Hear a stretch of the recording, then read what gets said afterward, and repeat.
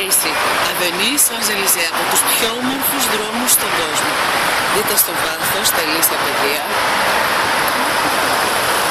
Έχει μια υπέροχη μέρα, περίεργο το Παρίσι αυτή την εποχή.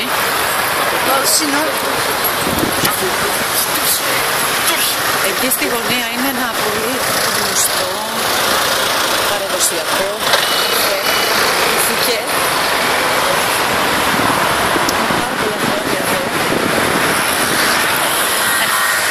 Υπεργίνηση. Εντάξει, στην Αθήνα είναι χειρότερα. Λοιπόν, στη γωνία εδώ θα δείτε το μεγαλύτερο μαγαζί της Louis Vuitton στον κόσμο. Louis Vuitton Paris. Όπου συνήθως έχει ουρά. Τώρα βέβαια είναι νωρίς το πρωί, γι' αυτό και δεν έχει. Είναι απίστευτο αυτό που συμβαίνει. Να πρέπει να στηθείς δηλαδή στην ουρά, κάνα 3/4, μισή ώρα, για να πάρεις μια τσάντα, για να αφήσεις χιλιάρικα ευρώ. Απίστευτο. Αλλά θέλω λίγο να σας δείξω τη βιτρίνα. Είναι λίγο φουτουριστική.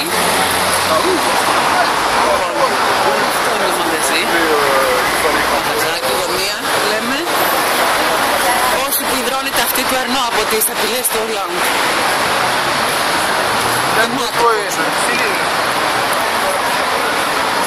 Συνεχώς γεμάτο κόσμο.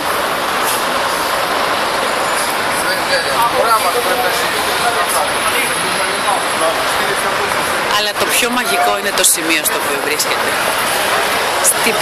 Ίσως την πιο όμορφη λεωφόρο του κόσμου, ξαναλέω, στην Avenue Champs-Élysées.